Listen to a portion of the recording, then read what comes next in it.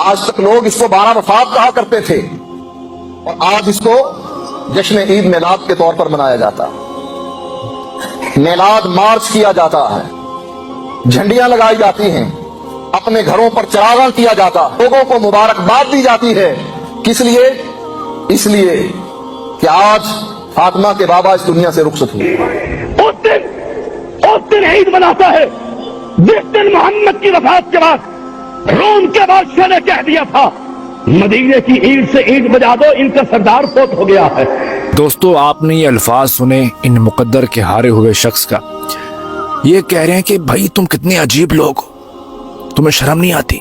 یہ تو حضور کے وصال کا دن ہے، صحابہ کی آنکھ سے آنسو بہ رہے تھے اور تم جشن مناتے ہو، عید کرتے ہو، تمہیں شرم نہیں آتی؟ ہم ان کی تکلیف کو سمجھ سکتے ہیں۔ کروڑوں سلام و اعلیٰ حضرت آپ کی قبر انور پر، آپ نے واقعی صحیح کہا تھا کہ سوائے ابلیس کے جہاں میں سبھی تو خوشیاں منا رہے ہیں۔ اچھا، منافقت کی بھی حد ہوتی ہے، یہ پتہ نہیں کس طرح کے لوگ ہیں، منافقت بھی ان کے سامنے ہاتھ جوڑ لیتی ہے۔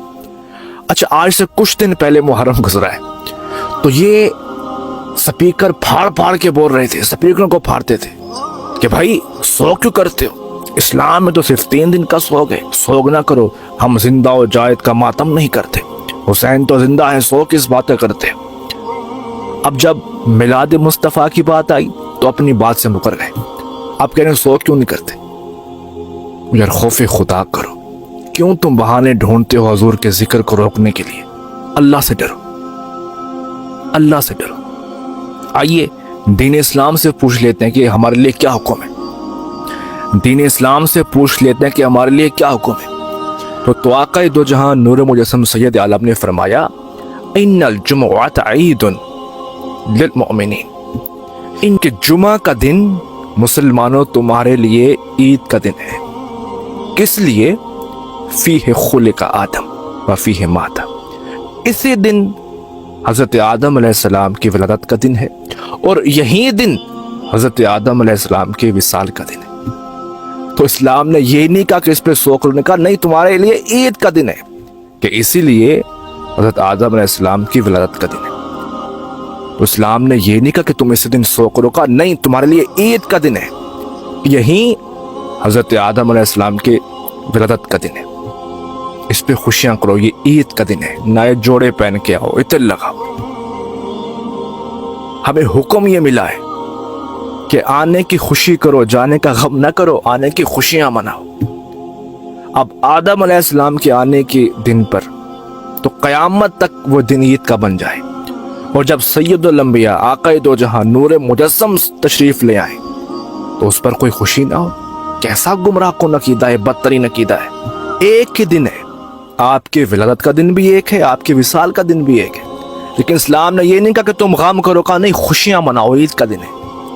اس دن آدم علیہ السلام تشریف لائے تھے، اور سید الانبیاء جس دن تشریف لائے تو اس دن کوئی عید نہ ہو، تو پھر اعلیٰ حضرت کیوں نہ کہیں نثار تیری چہل پہر پر ہزاروں عید و ربیع اول، سوائے ابلیس کے جہاں میں سبھی تو خوشیاں منا رہے۔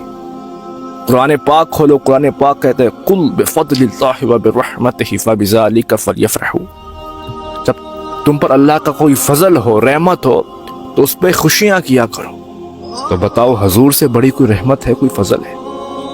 تو بھائی ہم غم کس چیز کا کریں، غم کس چیز کا کریں؟ میری چشم عالم سے چھپ جانے والے تو زندہ ہے، واللہ تو زندہ ہے، میرا نبی زندہ ہے، تو ہم کس چیز کا غم کریں؟ فرمان مصطفیٰ سنے، میرے حضور نے خود فرما دیا کہ میرا ظاہری طور پر تم میں ہونا، اس میں بھی رحمت و برکت ہے، اور دنیا سے پردہ فرما دینا، اس میں بھی رحم و برکت ہے۔ صحابہ نے پوچھا کہ حضور وہ کس طرح؟ کہا میں تم میں موجود ہوں تو تمہیں دین اسلام کی جو ہے باتیں بتاتا ہوں، سکھاتا ہوں۔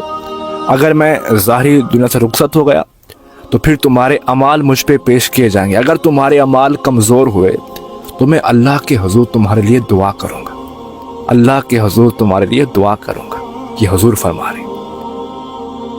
پھر ہم کیوں نہ کہیں کہ ہر ایک غلام کا چہرہ حضور پہچانتے ہیں، کہاں ہے عرش معلیٰ حضور جانتے ہیں۔